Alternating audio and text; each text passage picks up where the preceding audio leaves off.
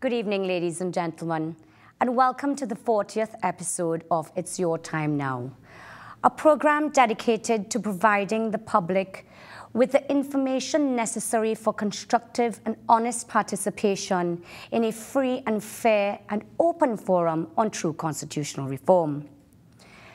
Ladies and gentlemen, since our program began a year ago, we have been advocating for true constitutional reform that would not only ensure accountability, transparency, and participation in government, but also reform that would improve the lives of the people of Trinidad and Tobago by addressing the most important issues that affect them today. And so I, like many others, welcomed the government's decision to appoint a National Commission on Constitutional Reform to engage the public in consultation on constitutional reform.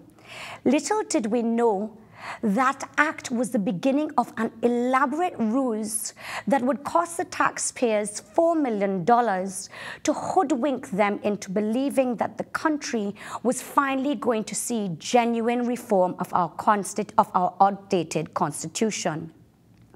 But it was not to be, because not only were the consultations proven to be a farce by the mere way they were conducted, the report, which was completed on the 27th of December 2013, after only 17 public consultations, seemed to slip into an abyss of deafening silence from the government on its views on the Commission's proposals, or at least so it seemed to the general public. That is, until last Monday, at the first sitting of the 5th session of the Parliament, when Prime Minister Kamala Persad-Bissessar skillfully foisted upon an unsuspecting nation her intention to pilot the Constitutional Amendment Bill 2014 in 1 week's time.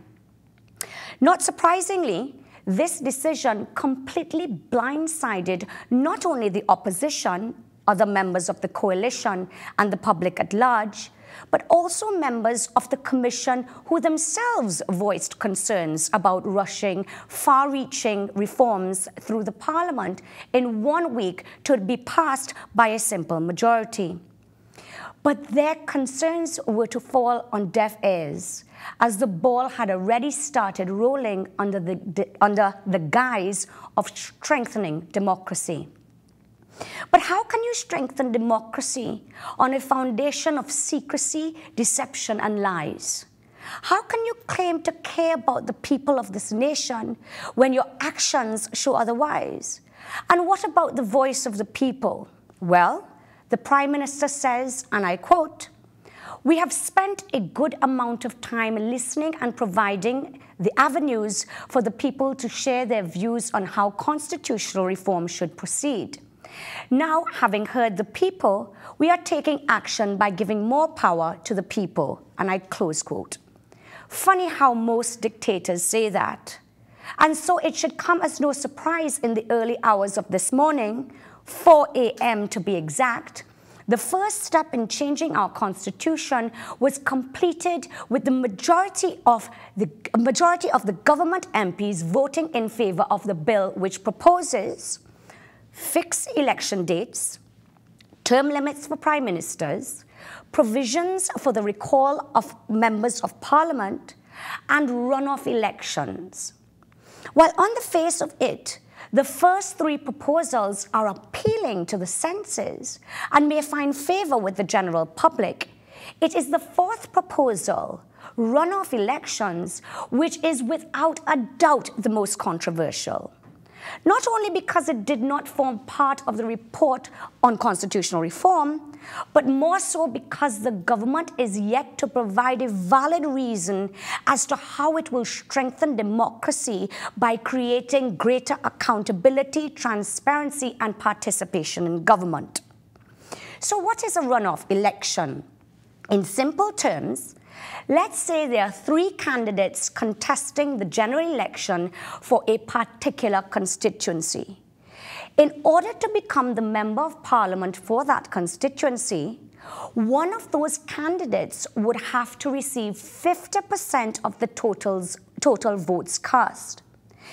If no candidate achieves that threshold, the candidate receiving the least amount of votes is then eliminated, and in 15 days' time, a runoff election between the two candidates who receive the most amount of votes would be held to determine the same.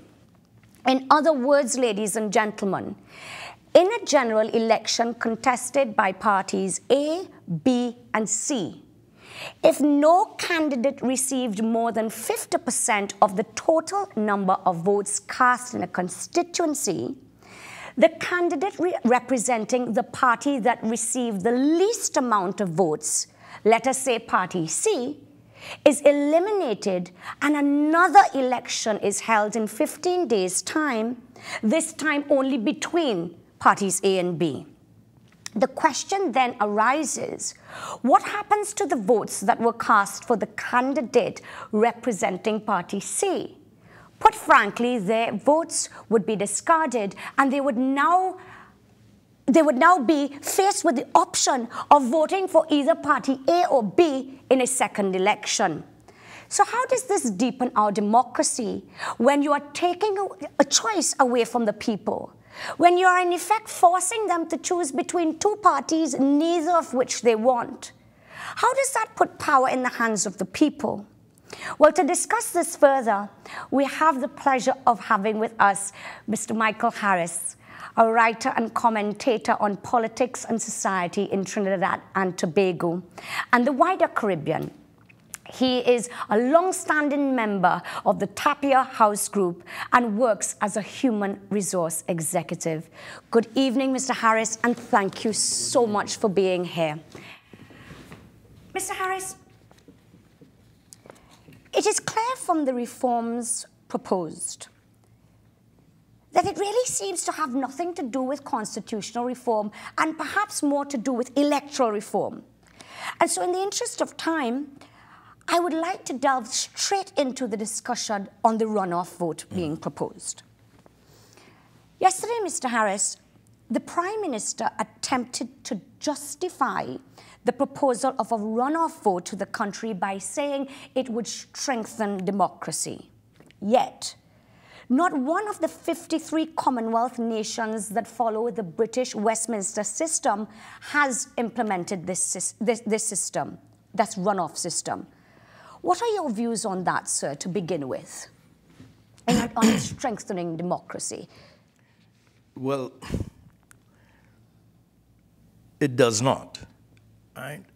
But you see, any proposal, any constitutional proposal cannot be assessed in a vacuum. Does X strengthen democracy? Does Y strengthen? No. It depends upon where it is being introduced. So the real question is, what is the impact of such a proposal in a country with the political culture and history such as we have in this country? Yes. And in that context, if you give me a minute, I will explain the real danger of this thing. It is no question, there's no question that very early first of all, we are 50 or 50-something years old. That is not long in historical terms. But very early in our history, the politics took a wrong turn. And we can debate why and so on, but the fact is it took a wrong turn. And political and electoral mobilization came to be on the basis of ethnic and racial affiliation. Yes. And we know the story of that, the DLP and then the ULF, UNC representing the East Indian community, the PNM representing the African community. Now, the problem with that is that as long as your mobilization is based upon race, you can never get good government, which is why we have struggled to find good government in this country, because when the time comes, we do not challenge our governments on the basis of performance, since they are required only to represent us. Now, even though that is the case, we have always, as a people, understood that that is wrong, that we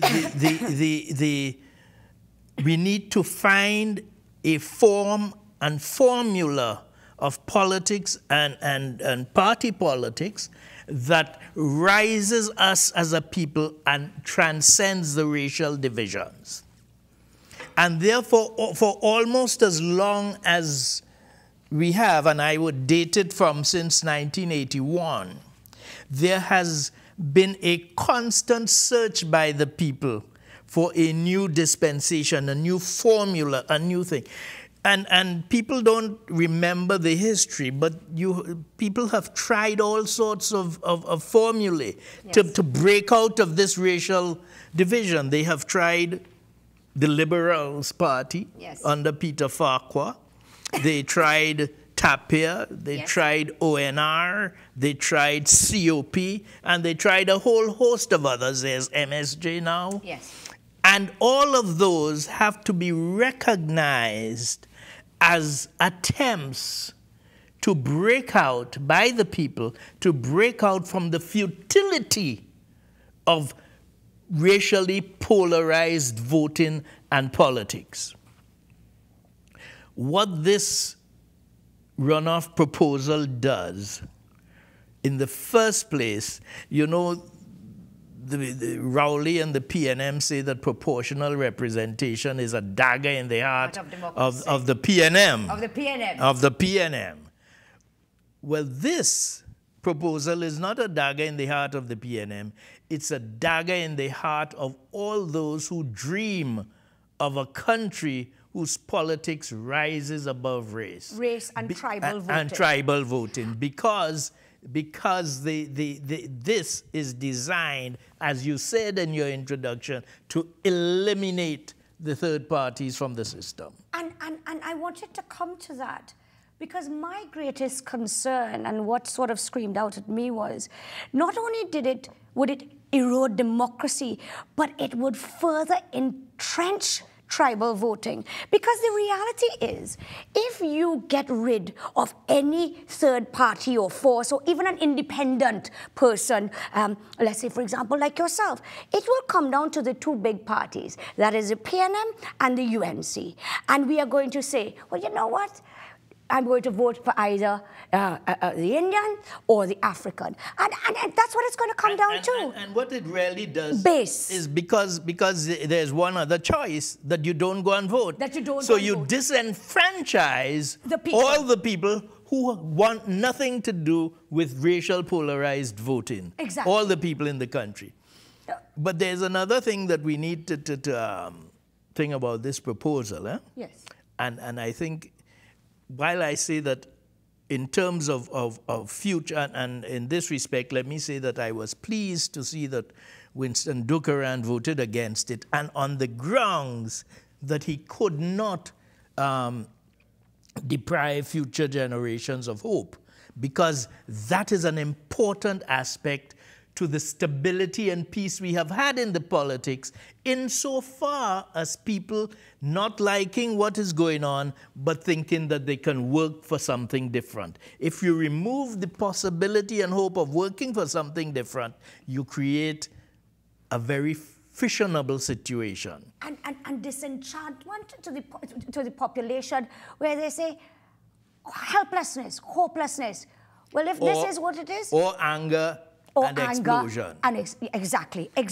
No, please go ahead, sir. Yeah, please go ahead. In one of the other aspect to this thing that has not received perhaps the kind of attention it ought to, and which is why I referred to it in my article as a constitutional coup d'etat, is that this bill and the runoff provisions of the bill say that after an election, the president is not allowed to appoint a new prime minister until all the runoff elections there may be are completed and certified. Yes. Now, let us say that in 2015, we have the election.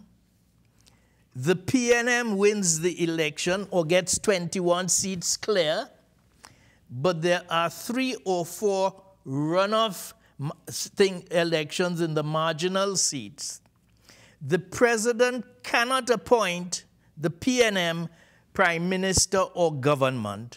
He must await. He must await those things, which could go for a long time because you can have recounts and you can have legal challenges. Yes. And therefore, some of them may not be certified for many, many months. And in the interim, the current prime minister and ministers continue in office. Now, if that is not a constitutional prescription for a coup d'etat, yes, I do not know what is. Yes. Because you have just lost an election and yet you put it in, and yet you are in power. And people have not recognized this. And it is the most outrageous proposal I have ever seen. And yet that is part of the bill. And it is part of the bill because I know other political commentators, they were saying, they were talking about, alluding to the smooth transfer of power. Because if we have 41 seats, and that is obviously for our viewers, in order for a party to win, they will need 21 or more. And if they win 21 outright, right, that is with 50 or more than 51%. 50%. But we have the other seats. You have to therefore wait for the polls to... And not only wait, but in the interim, the incumbents remain in power with the power of the state and the treasury at their disposals to make all sorts of mistakes. It is now I will tell you something. Apart from the problem of the runoff as a whole, in terms of the position of third parties, in terms of choices, in terms of democracy, that provision is exceedingly frightening because that can cause riot and explosion in this place that is unimaginable, you know, because obviously the supporters of the PNM or whoever will think that they have been robbed, and they have been. Yes. Constitutionally. Yes. That's why I call it a constitutional coup d'etat. Yes, absolutely. And also, Mr. Harris, I wanted to hear your views. This country has witnessed 4 elections in 1 year. We have had Chaguanas West, St. Joseph, Tobago House of Assembly, and local government elections. During those elections, the country, regardless of who you supported, witnessed an unprecedented splurge of voter patronage. We hear about cell phones, money in envelopes, contracts being given, etc., in attempt to buy votes. So it comes as no surprise that under this runoff vote system, there is a fear that when we are going to the second polls in 15 days, let us say the voters of the ILP, because we know in the second polls, the UNC voters will vote UNC again, the PNM voters. But these voters whose votes have been discarded, they are up for grabs. And whilst they're up for grabs, you have 15 days for the Treasury to come and offer jobs and contracts and government positions.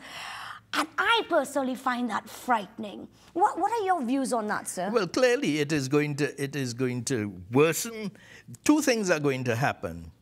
One, the corruption of elections is going to, as you allude to, be obscene, right? The money is going to be, what we had this year with all that is going to be joked to what is going to happen in such a situation.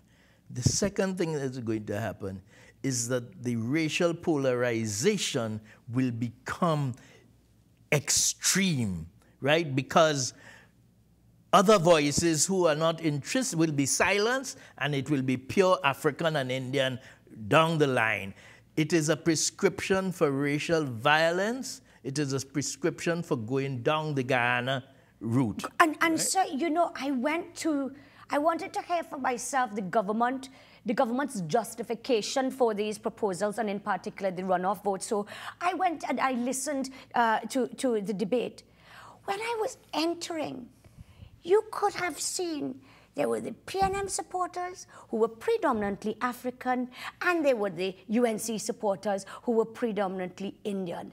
And I said, this is just the debate. Mm-hmm. When this thing is passed, and this thing actually comes into play, what's going to happen? It is going to be... Are we going to kill each other? I mean, these are valid questions, because you are setting up a scenario in which, now you see, right now, we do have in our elections racial polarization. But always, in spite of that racial polarization, because there are third parties and there are people talking constitution and talking, it never gets to the point where the race is all that there is.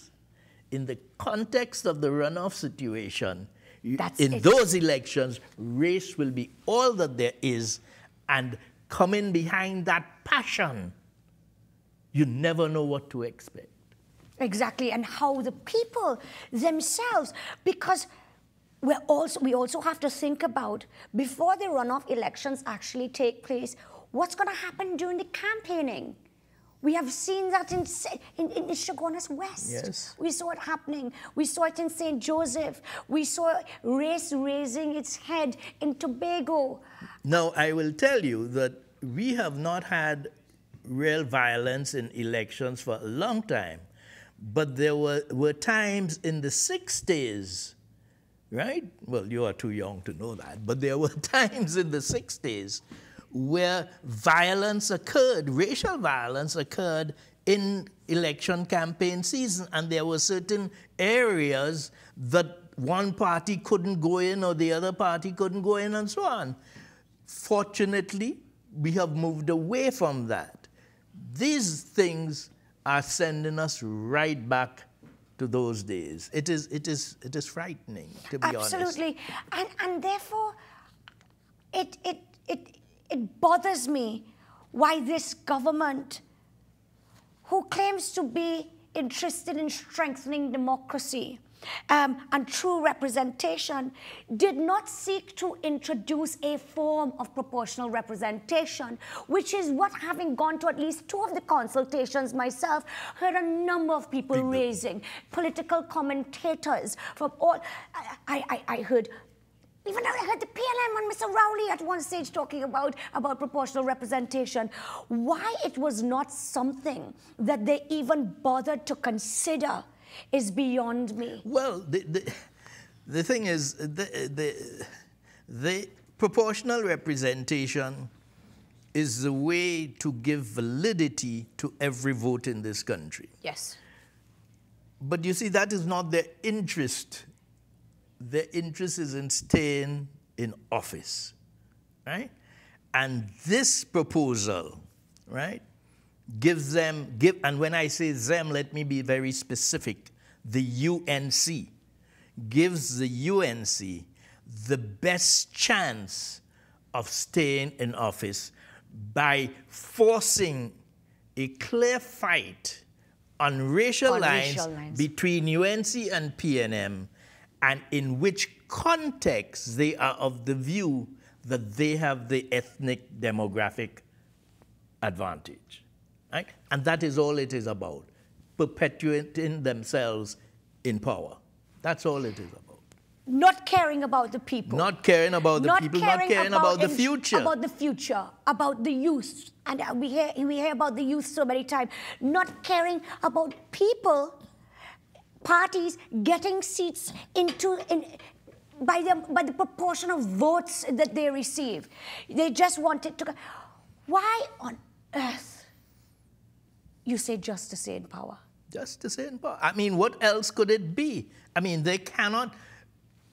On the other 2 proposals they had, which were term limits for prime ministers and recall, Now, in my view, neither of those really tackle the fundamental constitutional problems.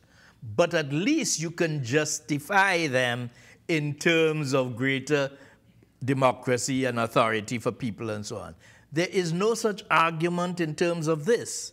It never came in the Constitution Commission. It was never formed part of consultation, and it has been debated in secret caucuses of the government for the last weeks, 6 or 7 weeks, and they expect it to be passed as part of the Constitution by simple majority in 1 week. Well, it was passed in less than that. Well, less than that, because the debate started at 10. They ran right through, and while Trinidad and Tobago was asleep, asleep. Mr. Harris, we now have to come to a short break, yeah, sure. And we'll return. Ladies and gentlemen, we will return after the short break. Please, we will put the phone numbers up. Please feel free to call us and ask us any questions, voice your opinions on any of the reforms that were passed yesterday. Please join us in a couple of minutes. Thank you.